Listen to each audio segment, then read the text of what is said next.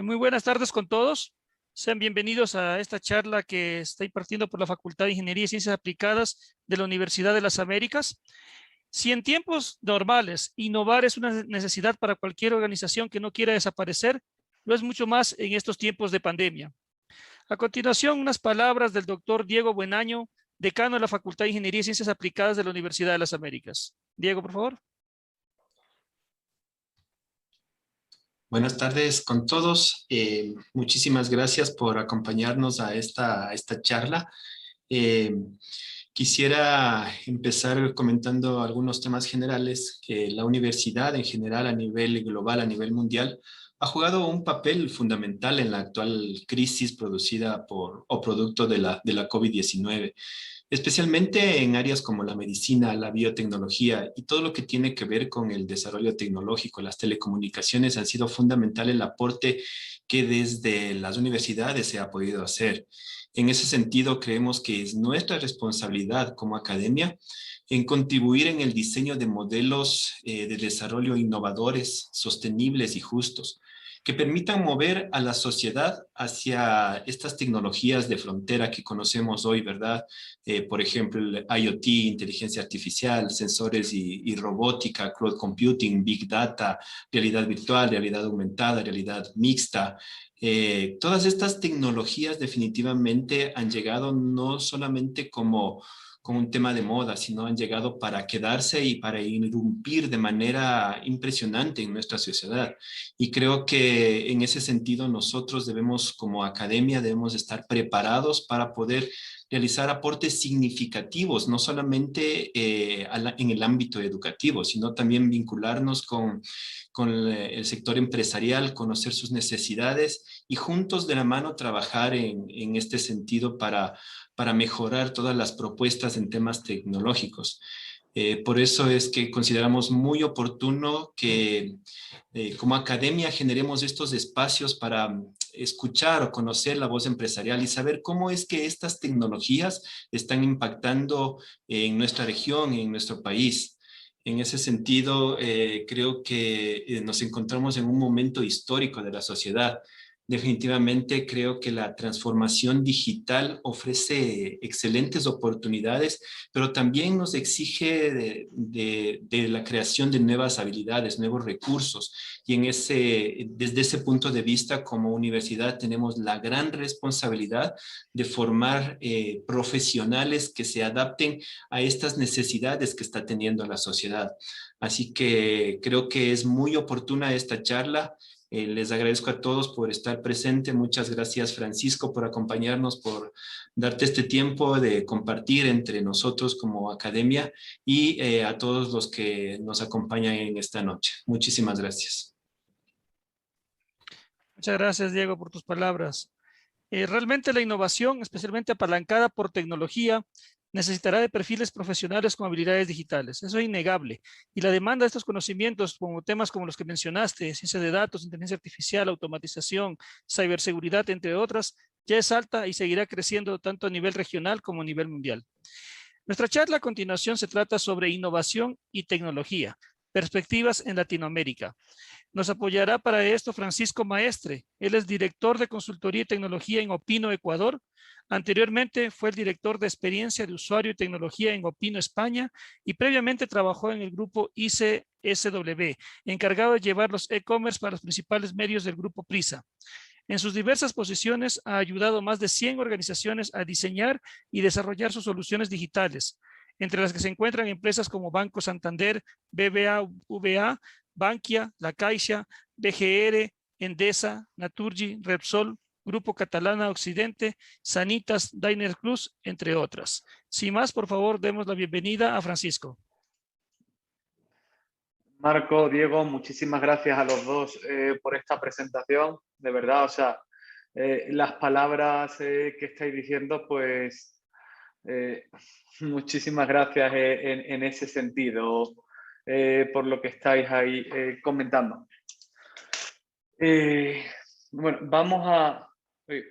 Hay un compañero, por favor, que tiene la cámara encendida y que creo que se está vistiendo, por favor, que la apague. Perdón que me estaba distrayendo, pero es que estaba viendo cómo estaba avanzando la escena y digo, vamos a avisarle porque si no, aquí vamos a tener otro tipo de noticias.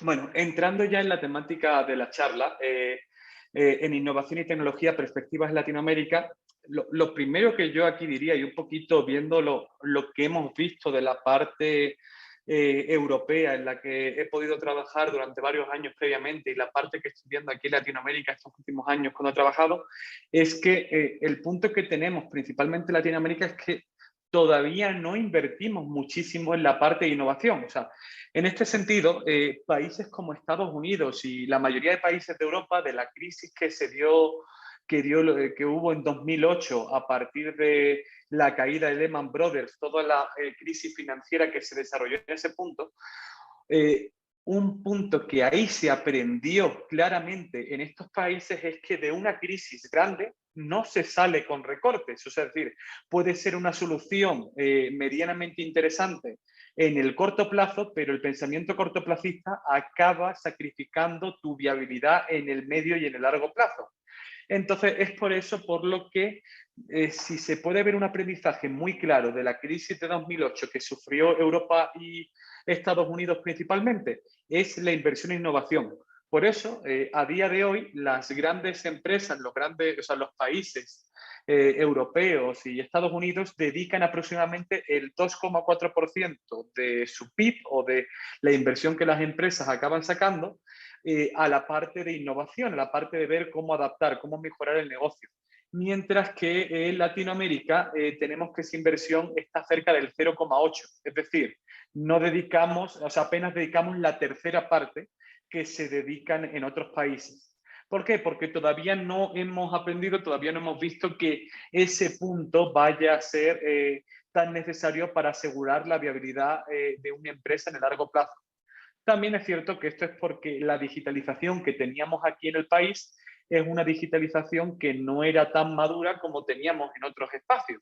Pero claro, en ese punto nos llegó el COVID, nos vino a todos sin dar ningún paso a las empresas, a los emprendedores para poder adaptarse a los mismos y eso acabó provocando eso acabó provocando que tuviéramos que el cliente que de toda la vida lo habíamos visto con un comportamiento más o menos estable, con pocos cambios a lo largo del tiempo, empezara a cambiar de forma radical. Porque claro, o sea, de un día a otro chasquearon los dedos, empezamos confinamiento, empezamos a vivir en un mundo digital principalmente, cambió completamente nuestra realidad. Entonces, ese cambio tan radical en el cliente es el que está apalancando en muchos aspectos el cambio que están teniendo las empresas en Latinoamérica. Y aquí el punto importante que nos tiene que quedar claro es que al final, como antes mencionaba, no va a tener más éxito quien gestione mejor la crisis, sino el que entienda de forma más rápida que el nuevo natural ha cambiado. Es decir, hoy, por ejemplo, estábamos hablando con un cliente en el que había hecho un estudio de mercado para una iniciativa en enero del 2020. Y nosotros acabábamos de hacer otro estudio de mercado para revalidar la iniciativa. Y claro, este nuevo estudio de mercado anulaba el anterior, o sea, indicaba que la iniciativa no era viable, que no tenía cabida en el consumidor. Y claro, el cliente nos llegaba y nos decía, ya, pero es que esto es por el COVID. O sea, esto, si no fuera por el COVID, esta idea sí se aceptaría. Digo, sí, y tienes toda la razón, el COVID es el que ha provocado este cambio. Pero hay que aceptar que lo que estás viendo ahora no es una realidad ya transitoria, ya es la realidad que vas a tener fija y es la realidad a la que te tienes que enfrentar y es a la que tienes que buscarle soluciones. Si sigues buscando soluciones para el tradicional, para el mercado que existía previamente, estarás estancado porque no habrás entendido el cambio que ha ocurrido en tus usuarios. Es por eso por lo que si tenemos que entrar a ver cuáles son los cambios principales que están ocurriendo a partir del COVID, y ojo, esto primero desde una perspectiva del consumidor, porque aquí, y para que esto va a ser un punto que vamos a marcar completamente en esta charla, entendamos que el pensamiento tiene que ser, no es lo que ha cambiado en las empresas y luego vemos que ha cambiado en los usuarios, no, el centro es el usuario. Siempre a la hora de pensar en un negocio, ya sea en tiempos de pandemia, ya sea innovando, ya sea en modelos más tradicionales, el centro siempre tiene que ser el usuario. porque si entiendes bien a tu usuario, si sabes cuáles son sus necesidades, siempre podrás salir adelante, siempre podrás evolucionar tu producto para poder darle cabida en las nuevas realidades que van surgiendo con los cambios que vienen. Entonces, ¿qué es lo que ha cambiado en los consumidores? En este caso, todos nosotros, los que estamos aquí presentes. ¿Qué ha cambiado en nuestra vida con el COVID? Pues aquí, si entramos a los cambios principales que nosotros hemos estado viendo, por un lado tendríamos la parte del acceso a la información. O sea, ¿cuántos de vosotros teníais este tipo de... O sea, las charlas que había antes digitales de la pandemia no tienen ni punto de comparación con la cantidad que hay a día de hoy. El hablar con tus padres, hablar con tu abuela, incluso a través de WhatsApp con videollamada. O sea, yo nunca pensé a mi abuela teniendo estados en WhatsApp y ahora esa señora con 95 años tiene estados en WhatsApp porque ya se ha adaptado ella también a la realidad que le ha tocado. La parte de la tramitación digital. Y ojo, tramitación digital es uso de canales digitales ya sea para pedir cosas, ya sea para relacionarse con otro tipo de empresas. O sea, aquí en el caso de Ecuador, para ser más exactos, teníamos que la mayor parte de las empresas tenían una task force presencial. La fuerza de ventas era fuerza de ventas presencial o apalancada muchísimo en call center. ¿Qué pasa cuando una empresa que tenía que su fuerza de ventas era presencial tiene que moverse a un modelo digital? ¿Tiene el e-commerce preparado? ¿Está preparado para vender por los canales digitales? ¿Está preparado para recibir la afluencia que le puede venir en ese sentido? Muchas empresas han tenido que aprender sobre la marcha cómo alinearse, cómo trabajar con este tipo de canales. O sea, y ojo, todos teníamos antes la parte de, ¿cómo decirlo? Todos teníamos antes la parte de que a veces pedías por Tipti, a veces pedías Rappi, a veces pedías Globo. Eran empresas que, para que siendo muy sincero, antes de la pandemia todavía estaban viendo si tenían cabida en Ecuador. O sea, eran empresas que su modelo de negocio no tenía todavía rentabilidad ni les estaba dando unos mínimos que les permitiera mantenerse. ¿Y ahora qué tenemos? O sea, nadie pensaría ahora mismo que Rappi puede desaparecer de la realidad ecuatoriana. Y lo mismo con las otras que hemos estado mencionando. En la parte de salud y economía, pues obviamente una crisis, ya sea esta, ya sea otra, hace replantearse lo que uno invierte en salud, lo que uno invierte en uno mismo, en el cuidado de la familia, y hace replantearse las prioridades económicas. Ahora se ahorra más, se tiene un miedo mayor a lo que puede estar por venir. Esos son puntos que al final hacen que también la adversión de los clientes a hacer cierto tipo de gastos haya cambiado radicalmente. Y ese es un punto pues, que al final las empresas también tienes que asumir. Y luego la parte de los procesos de aceptación en los que ya hemos llegado a cierta adversión a situaciones pre-COVID. O sea, ¿quién de vosotros, lo hablaba este fin de semana con unos compañeros de aquí en Ecuador, la Mama Negra creo que se llama, que está en La Tacunga, que ahí tenían la parte de la limpia y ese tipo de cosas, y los compañeros decían, dice, bueno, pues como ahora mismo a mí me venga alguien a escupirme encima el alcohol diciendo, madre de Dios, ¿qué tipo de cosas hacíamos antes de la pandemia? O cuando se está viendo una película y ves aglomeraciones de gente en la pantalla, en la que ya no te sientes tan cómodo con esa aglomeración. Dicen, me falta algo, claro, o sea, tu realidad es en la mascarilla. Tú ya en vez a esa escena le falta que tengan mascarilla para que sea lo que tú ya entiendes como tu normalidad. Entonces, claro, o sea, al final hemos tenido un cambio que obviamente algunos son propios de la parte del COVID, pero otros son puramente ya, o sea, consecuencia de una digitalización acelerada. Y en este sentido, nuestros cálculos es que Ecuador en un año ha recorrido lo que habría necesitado de digitalización 4 o 5 años y que en algunos casos muchos más, porque toda la parte de videollamadas y demás es que ni siquiera era madura aún en otros países. Entonces, ya si a esto le añadimos como última etapa la parte de la adaptación al teletrabajo. Y ojo, teletrabajo no como pensamos mucho de no, o sea, no todo el mundo tiene una sala en su casa, una habitación en su casa completamente separada en la que podrá estar trabajando de forma separada. El teletrabajo real es el teletrabajo que estamos viendo ahora mismo en pantalla. Esa imagen, esa quinta imagen en la que al final es meter tu vida familiar, tu día a día con ese trabajo en remoto. Y obviamente, sobre todo aquellos que tienen familia con hijos lo habrán vivido completamente, o los que tienen una casa en la que no han podido tener un espacio separado. Que sí, si bien el teletrabajo tiene muchos beneficios y puede llegar a ser un modelo, también tiene puntos en los que hay que ver cómo lo enganchas, cómo lo colocas con tu vida personal. Entonces, al final, ahí habrá que ver qué modelos se acaban generando, y bueno, ese punto lo veremos ya desde el punto de vista de la empresa conforme vayamos avanzando.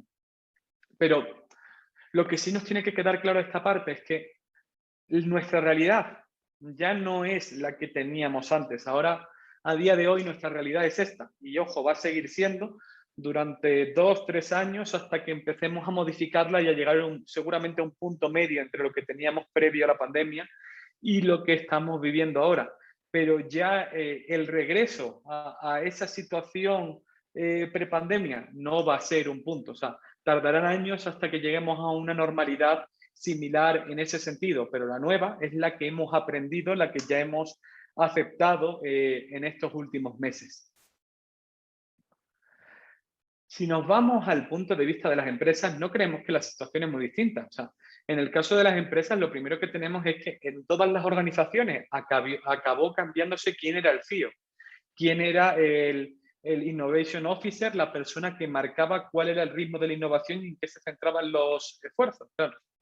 ¿Cómo es que esto cambió? Pues de forma muy sencilla. O sea, en todas acabó siendo el COVID. Es decir, toda la estrategia de innovación que tuvieran las empresas, más desarrollada, menos desarrollada, se tiró por la borda y se acabó centrando en una nueva estrategia que era cómo respondo a los peligros, a la situación que me está generando esta pandemia, cómo afronto este reto.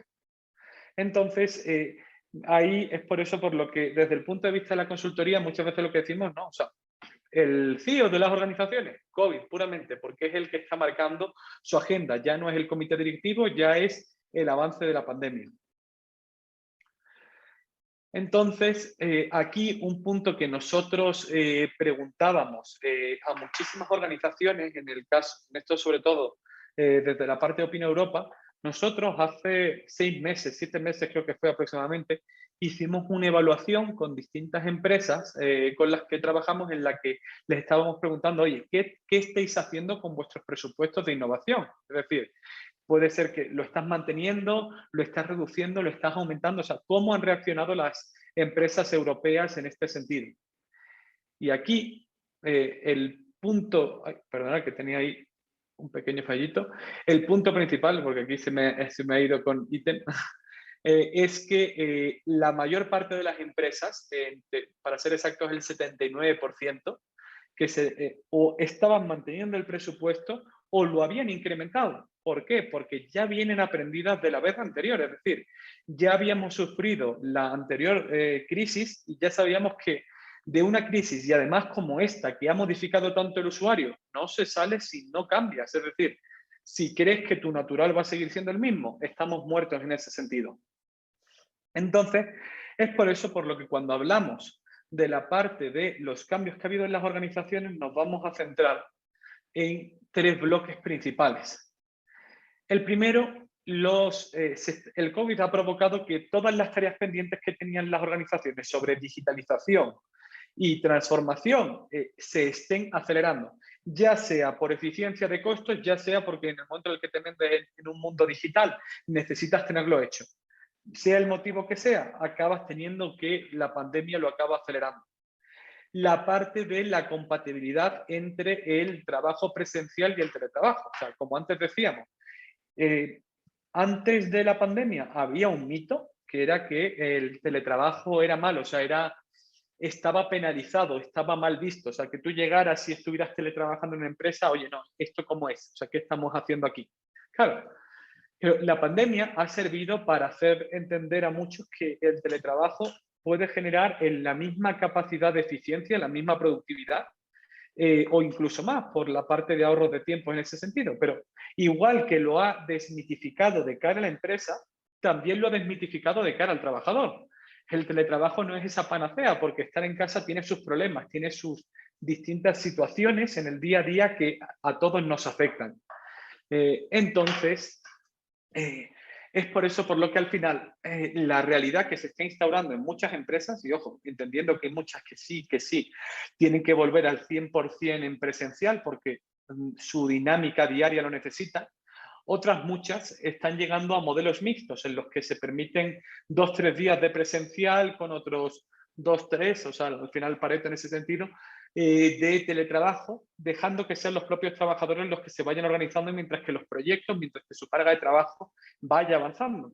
Porque al final nunca los modelos extremos son positivos en todos los casos. En la mezcla, en el punto medio siempre está la virtud.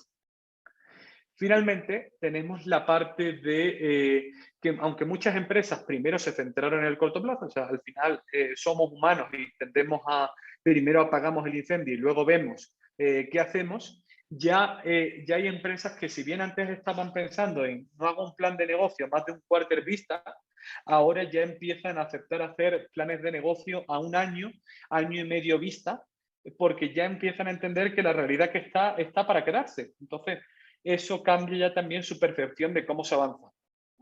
¿Y cómo están haciendo estos 3 puntos en lo referente a la innovación? Bueno, ahí vamos a entrar a verlo. El primer punto, y que era el que os relataba inicialmente, es ese cambio de visión. Es decir, ¿cuál es la diferencia que tiene esta pandemia, o sea, esta crisis al final respecto a todas las previas anteriores que ha habido?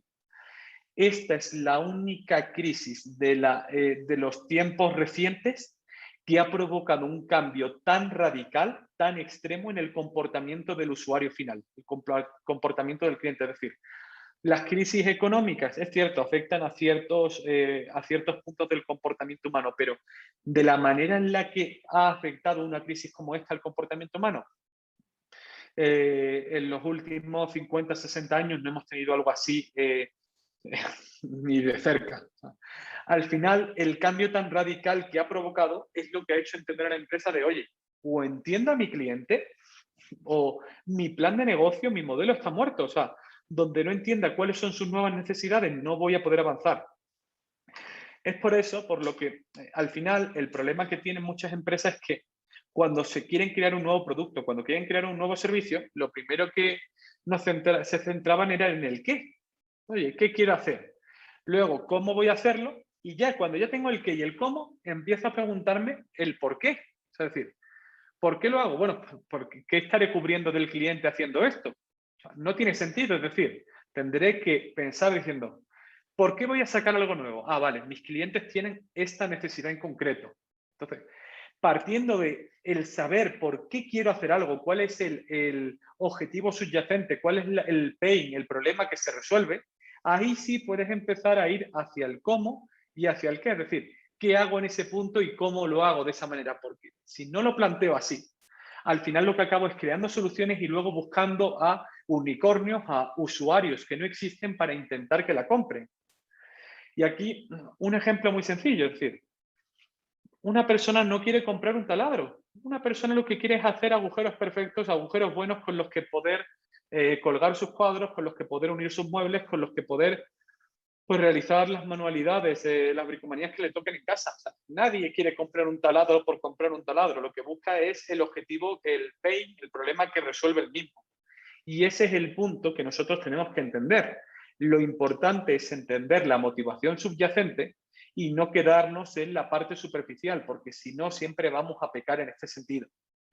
Y es aquí donde vamos al segundo punto importante, que también muchas empresas ya están empezando a aplicar, y es la diferenciación entre segmentación y arquetipado.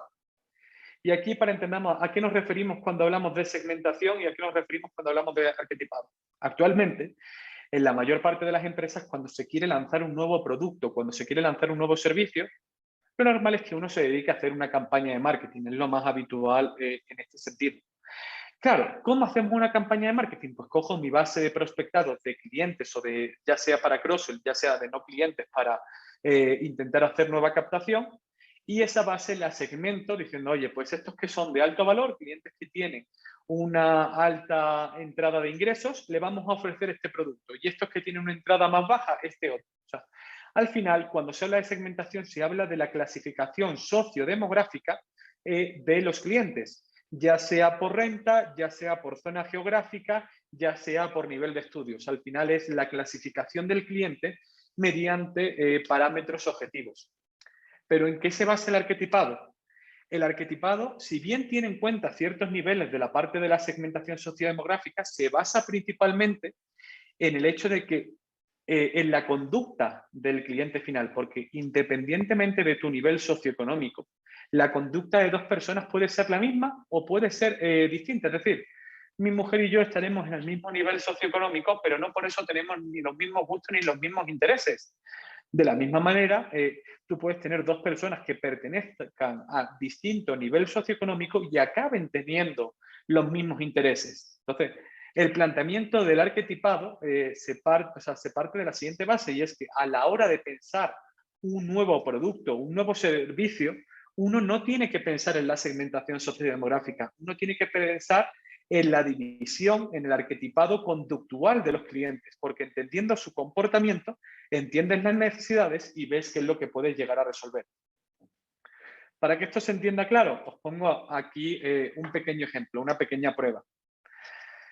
Si pensamos en una persona que haya nacido en 1948, que haya crecido en Gran Bretaña, que esté casado con hijos, que sea una persona exitosa, adinerada, considerada una celebridad, y digamos que le gustan los perros y los Alpes. O sea, lo que te vendría a decir un estudio, una segmentación es que, oye, con estas características, que además son súper concretas, no vas a poder encontrar dos personas distintas, vas a encontrar a dos personas muy similares, porque estamos segmentando de una forma muy concreta. Pero la realidad es que yo con estas características encuentro a estas dos personas que tienen un comportamiento diametralmente muy distinto, o sea, muy distinto. O sea, es decir, y es aquí donde tenemos que entender el valor que tiene el arquetipado. O sea, el príncipe Carlos de Inglaterra y Ozzy Osbourne podrán tener los mismos datos sociodemográficos, pero conductualmente nunca van a estar en el mismo segmento objetivo, nunca van a estar en el mismo grupo. Entonces, es ahí donde está la importancia clara de la parte del arquetipado, porque es lo que te va a permitir organizar a tus clientes por sus gustos y así poder saber qué es lo que se quiere. Y ojo, también luego tenemos que llegar a un siguiente nivel. No te puedes quedar con un arquetipado superficial, tienes que entrar a rascar lo que te digan en un primer nivel e irte a la motivación subyacente, al comportamiento subyacente, porque si nos quedáramos con lo superficial, también nos podemos ir a este caso. El fan de Metallica versus el vocalista de Metallica. El vocalista de Metallica, cuando llega a un concierto, es obvio, él se viste como rockero y tiene que dar la imagen. Pero él cuando termina, eso es su trabajo, ese es su punto de trabajo.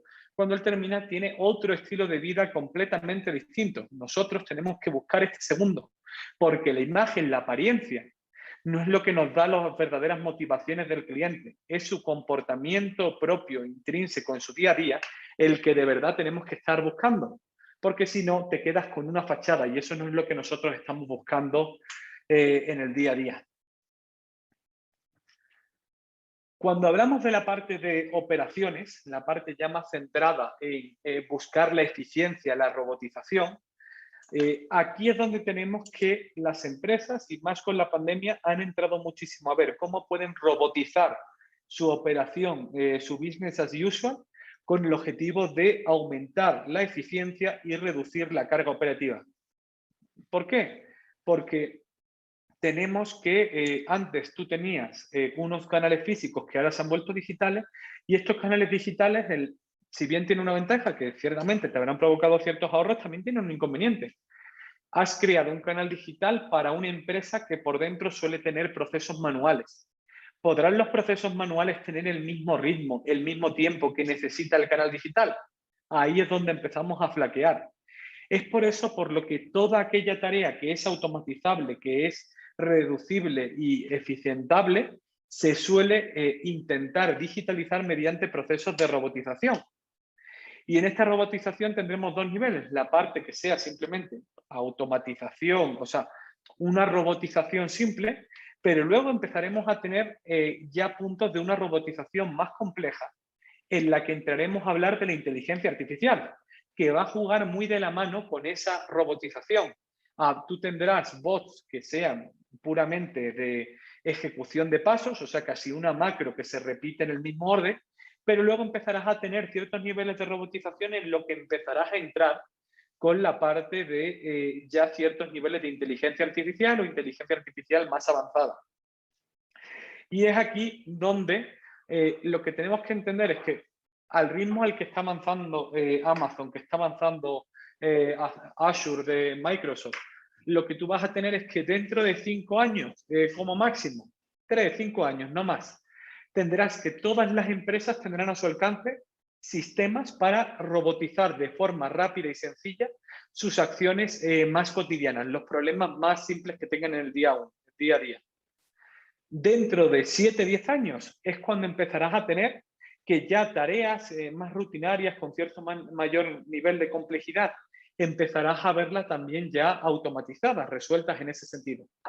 Y dentro de 15 años, ya tareas más complejas que se puedan considerar propiamente de optimización, 12, 15 años, las tendrás también ya disponibles para incorporarlas en tu empresa con 2 clics y que ya empiecen a trabajar contigo. Ahí, y más un poquito para futuras generaciones y que tenga ese punto claro, ¿qué es lo que va a estar salvado, va a estar seguro en esta etapa de robotización o de aplicación de inteligencia artificial? Todo lo que sean las tareas complejas o las tareas creativas. Esos son puntos en los que a día de hoy el tipo de inteligencia artificial que creamos no es capaz de meterse.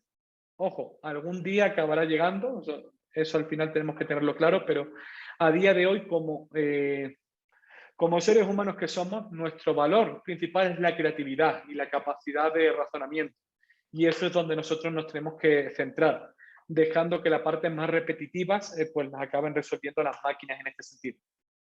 Eso sí, teniendo en cuenta, a día de hoy todavía tenemos que el ser humano tiene más capacidad de procesamiento, más capacidad de pensamiento que una máquina, pero nos encontramos prácticamente ya casi en la línea en la que empezaremos a tener las primeras máquinas que tengan más capacidad de cómputo que lo que tiene un cerebro humano.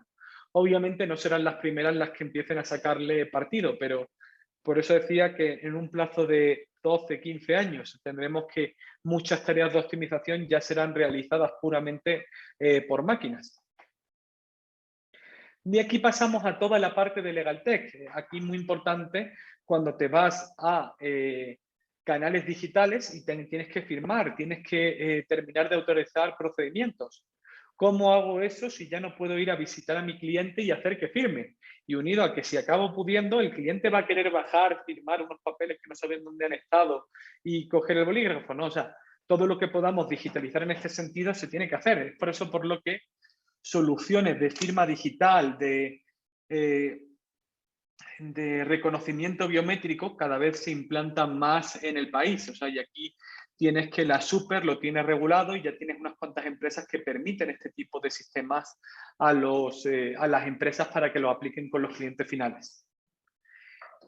Finalmente, pero no menos importante, lo que tenemos es la aplicación de modelos ágiles. ¿Por qué he dejado este punto para el final?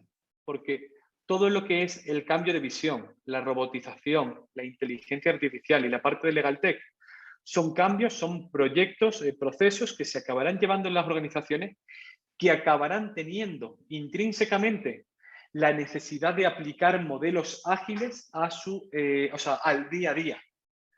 ¿Por qué? Porque una empresa que siga funcionando por silos, que siga funcionando de forma completamente desacoplada, no va a conseguir avanzar. O sea, todos habréis escuchado en su momento de Scrum, de Design Thinking, de Kanban, distintas metodologías consideradas bajo el arco de metodologías de innovación que sirven para eficientar, para poder conseguir un aumento de la creatividad y del trabajo de equipo en las empresas. Aquí no es tan importante ser purista con la metodología como la importancia que tiene el que de verdad consigamos que los equipos de las distintas áreas se cohesionen y trabajen como uno. Que no tengamos un modelo cascada, sino que pasemos a un modelo en el que los equipos trabajan a una y trabajan de forma junta. En este sentido, opino, a lo largo de los años, ya hemos ido refinando lo que sería nuestro modelo Y aquí sí que tenemos, nosotros en las primeras etapas de los proyectos aplicamos más Design Thinking porque entramos a modelos en los que se prioriza la creatividad, la innovación, la ideación por parte de todos los implicados. Cuando ya tenemos esa idea medianamente aterrizada, ahí sí aplicamos conceptos de Agile. O sea, aplicamos más bien Lean Startup utilizando Agile como marco metodológico para poder hacer un prototipo rápido con el planteamiento de avanza rápido, falla rápido, es decir, si un proyecto tiene que falle con el menor costo posible.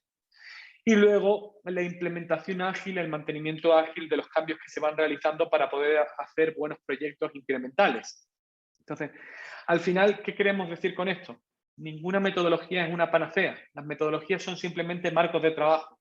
Y uno no tiene por qué decir, si cojo esta metodología la tengo que aplicar entera. No, busca lo mejor de cada una.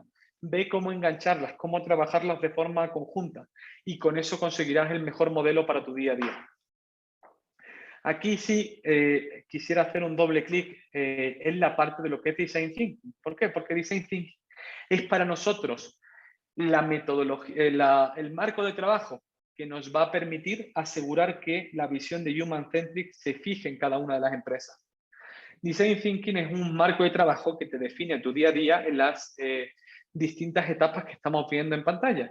Una primera etapa de comprensión donde se define el problema con el cliente, o sea, se define el problema internamente y buscamos cuáles son las oportunidades que tenemos de solución. Una segunda etapa de observación en la que validamos esa visión con el cliente final, es decir, yo puedo creer que el usuario quiere que cree, ¿qué te digo yo? Carros con 6 ruedas, pero luego cuando le voy a preguntar al usuario me dice, ¿qué me estás diciendo? O sea, yo no quiero ningún carro con 6 ruedas. La segunda etapa es la validación con el usuario final de lo que estamos diciendo.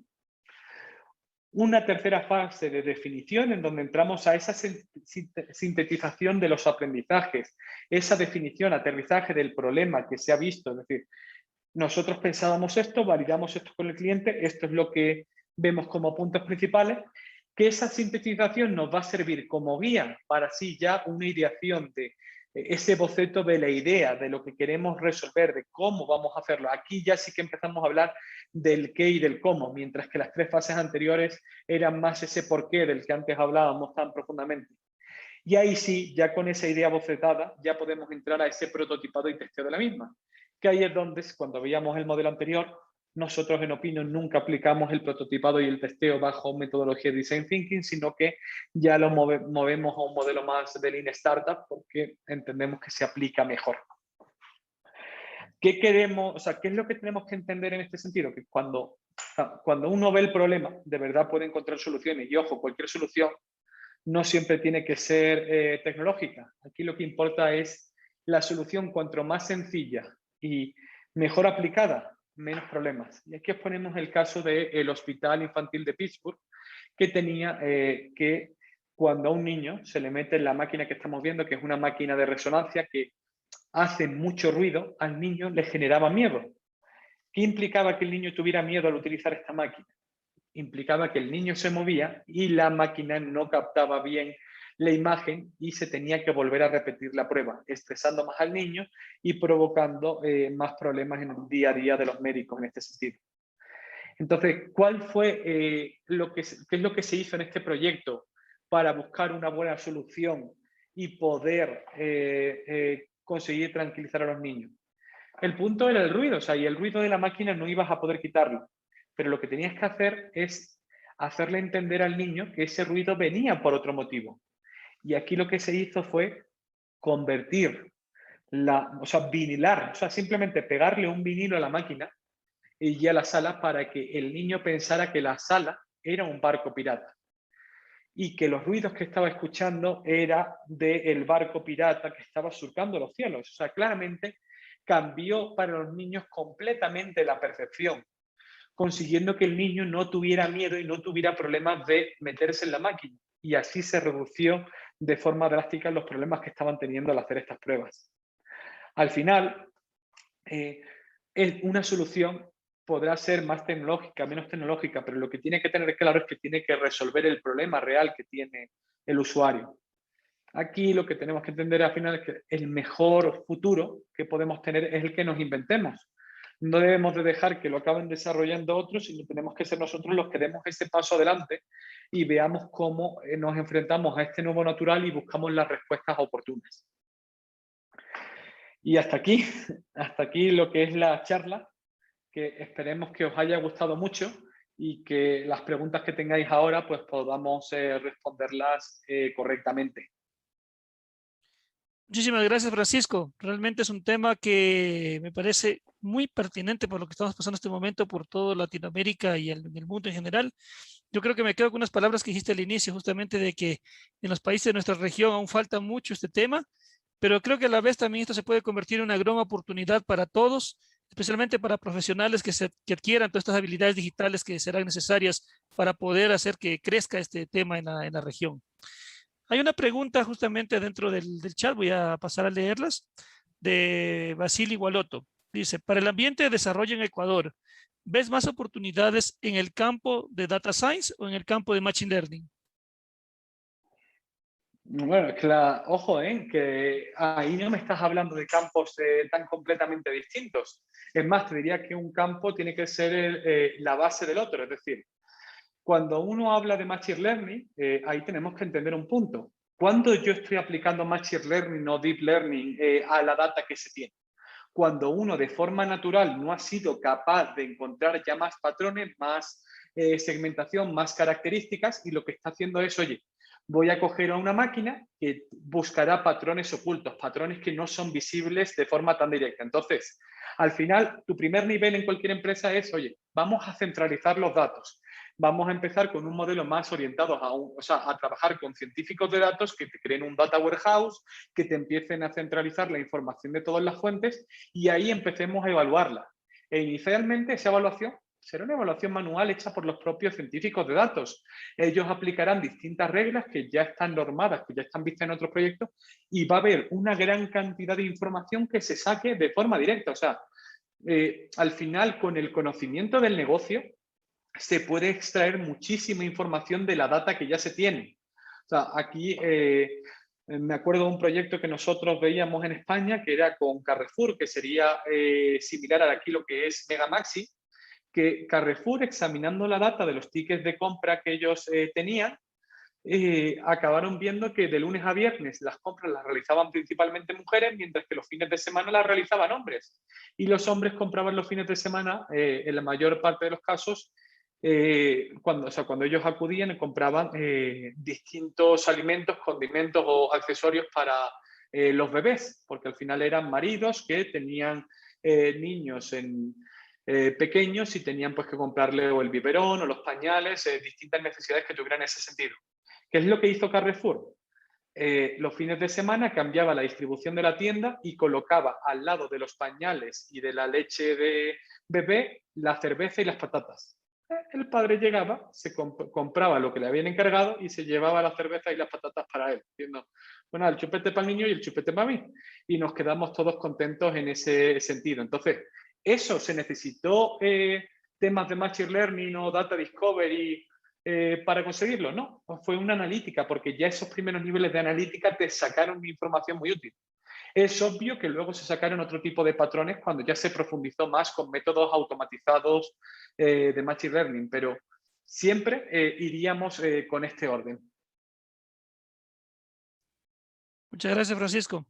Tengo una siguiente pregunta de Diego Buenaño. Dice, ¿cómo le puede afectar al país el rápido avance en términos de transformación tecnológica de los países vecinos, Colombia o Perú, o inclusive dentro de la misma región como Chile, Uruguay o Brasil? Mira, te pongo un ejemplo concreto que va a afectar al Ecuador. Tú tienes que la mayoría de países de la región ya tienen pago con QR. Ya han establecido, ya han normado muchísimo toda la parte de pago con QR, que están utilizando el estándar EMCO, que es un estándar fijado por Visa, que dio Visa gratuito a todo el mundo que quisiera aplicarlo. ¿Cuál es la situación que tú tienes ahora mismo en Ecuador? Que ahora mismo los distintos bancos, distintas entidades están empezando a aplicar el pago con QR, pero ninguna lo está haciendo utilizando el estándar EMCO que tienen ya normado, tienen ya aprobado por legislación los países vecinos. ¿Qué acabará ocurriendo? Que cuando ya tengas aquí que casi todos los bancos tengan su QR y tú entres a una tienda y te encuentres 7 QRs en la tienda porque cada uno tiene uno distinto, Llegará el gobierno y dirá, oye, no podemos seguir así, esto hay que normarlo. ¿Y cómo lo normará? Pues ya cogerá lo que ya está implementado, lo que ya está resuelto de los países vecinos. O sea, está claro que lo ideal nunca sería ser el que está detrás, pero ser el seguidor de un punto de lanza tampoco está mal, porque podemos aprender de sus aprendizajes y quitarnos problemas en el camino.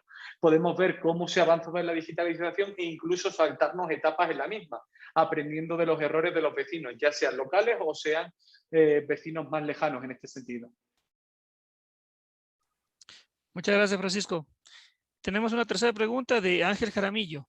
¿Cuál es un posible roadmap para las instituciones académicas para iniciar, mejorar en el ámbito de la innovación?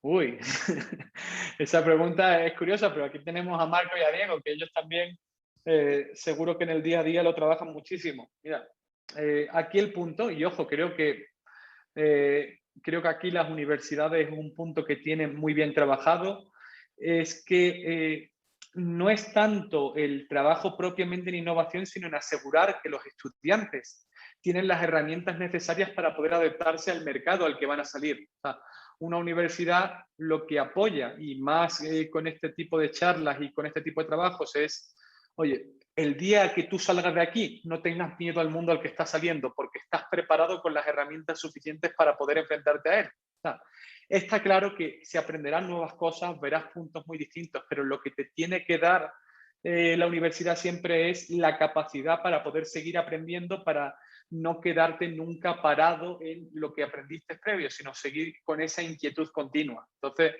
al final, este tipo de acciones como las que estamos viendo aquí son acciones que sirven para que entendáis esa brecha que puede haber, esa diferenciación que hay entre lo que se ve académicamente y cómo el natural del mundo empresarial va cambiando. Pero mientras que tengáis las herramientas, ya os aseguro que luego siempre podréis resolverlo sin problemas. Muchas gracias, Francisco. Basili nos pregunta si es que tienes alguna cuenta de red social, Twitter o otra en la que te puedan seguir.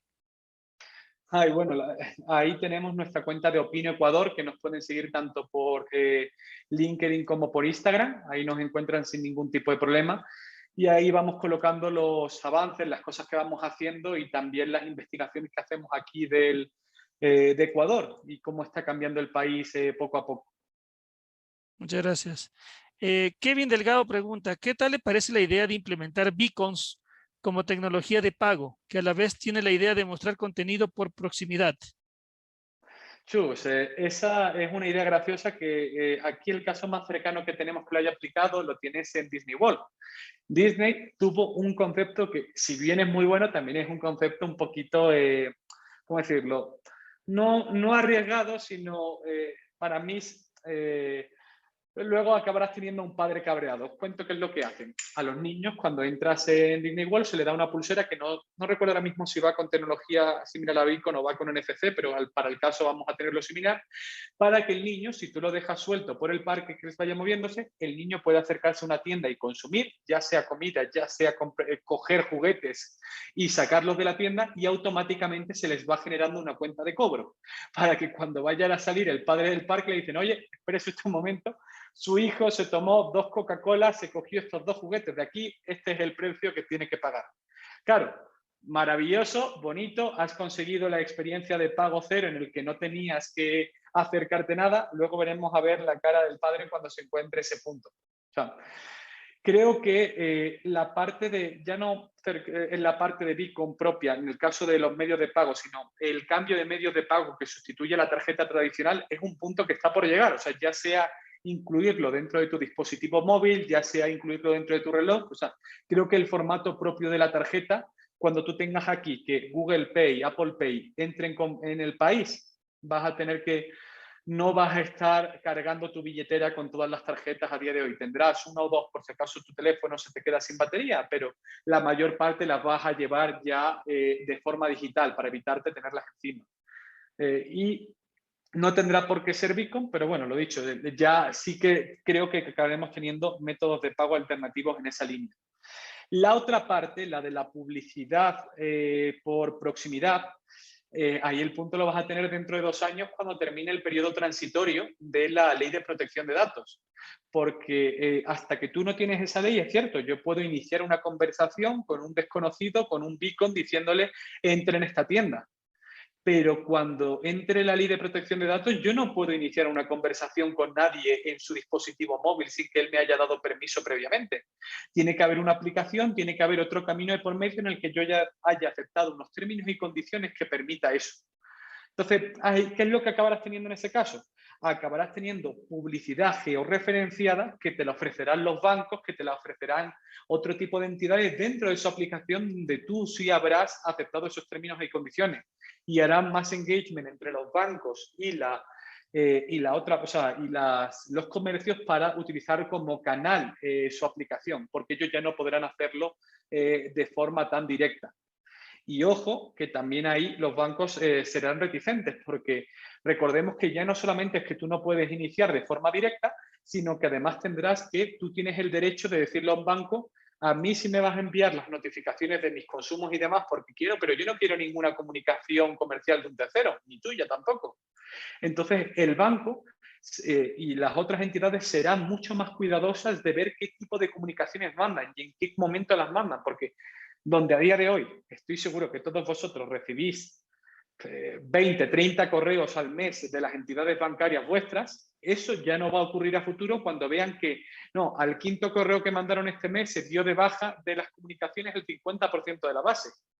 No van a poder hacer eso, necesitan cuidar las bases y evitar que todos los contactos, todos los miembros de la misma entren en cancelarla, porque si no pierden esa capacidad comercial. Entonces, ahí lo que acabarás teniendo es que habrá mucho más cuidado, una mayor curación del contenido que se publicita. Muchas gracias, Francisco. No sé si alguien más tiene alguna pregunta que le pueda pasar a Francisco, por favor. Sí, yo tengo una, perdón que tome la palabra directamente. ¿Qué criterio te merece, Francisco, el hecho de que estamos hablando de una nueva aparición o la aparición de nuevas profesiones, ¿no es cierto?, en la actualidad y la desaparición de otras? ¿Cómo crees que va a ir esta tendencia en los próximos años?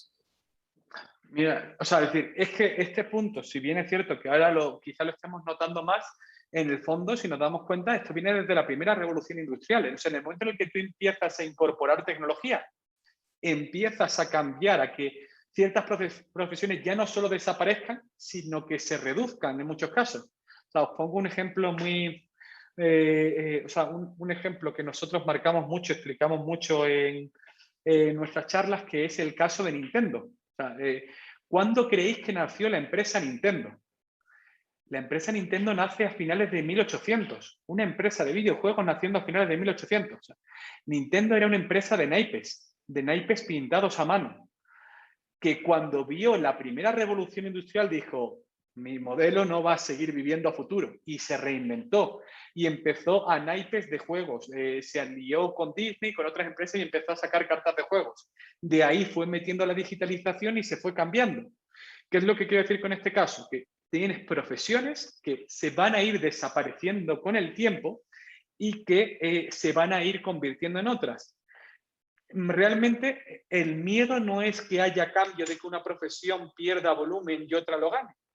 El problema que tú tienes es que, por ejemplo, cuando antes hablábamos de la parte de RPA, una empresa puede tener 100 personas haciendo ahora mismo papeleo de forma manual. Contrata 3 ingenieros de RPA que crean un proceso con BPMN digitalizado que ya no necesitas las 100 personas. Es cierto, apareció una nueva profesión que eran los ingenieros de RPA, pero por 3 de ellos quitaste 100 del otro lado. Ahí sí que vas a acabar, por eso es por lo que dejaba tan claro de señores, centraros en profesiones complejas, de resolución de problemas complejos o en profesiones creativas. Porque si os centráis en resolver problemas manuales automatizables, lo que vas a tener es que va a llegar un día en el que una máquina que no duerme, que no se pone mala, va a cambiar tu trabajo. Entonces, ahí es donde sí que tenemos que ser muy importantes. Eso sí, te acabará pasando como a día de hoy ocurre en Europa. O sea, en España hay ya ideas de legislación para que ciertas máquinas en empresas automovilísticas y en otro tipo de sectores paguen seguridad social, paguen impuestos sociales para que mantengan las pensiones de otros trabajadores y que haya un límite de no puedes tener más de una máquina trabajando en una cadena de montaje por cada X trabajadores humanos en paralelo. Porque ya se han empezado a encontrar viendo, oye, la máquina no vota, la máquina no es votante y a la máquina no le tengo que alimentar, o sea, le doy la electricidad y punto. Tienen que llegar a un punto de equilibrio en el que esa máquina, si bien acabe generando un ahorro en el empresario, no genere luego un problema social en el país. Entonces se acaban buscando legislaciones que lleguen a niveles, acuerdos medios en ese sentido. Gracias, Francisco. Muchísimas gracias, Francisco. Creo que no hay más preguntas. Realmente ha sido un honor tenerte aquí, un tema muy interesante que es muy relevante para todas nuestras carreras, especialmente justamente en la Facultad de Ingeniería y Ciencias Aplicadas. Muchas gracias, Francisco, por tu aporte. Nada, a vosotros por permitirme este espacio. Gracias, Francisco. Esperamos que no sea la última vez y seguro creo que todos estos temas nos apasionan, quienes estamos inmersos en la tecnología y obviamente siempre tenemos que estar dando un paso adelante a lo que se venga, ¿no? Así que muchísimas gracias por el tiempo. Nada. Muchísimas gracias además a todos los asistentes por haber asistido y espero que os haya resultado una charla de interés. Espero poder veros a todos en el futuro y nada, sin nada más que decir, desearos una buena tarde a todos. Muchas gracias, Igualmente. seguro que sí será. Nada. Saludos. Una buena noche a todos también. Gracias por su asistencia. Hasta luego.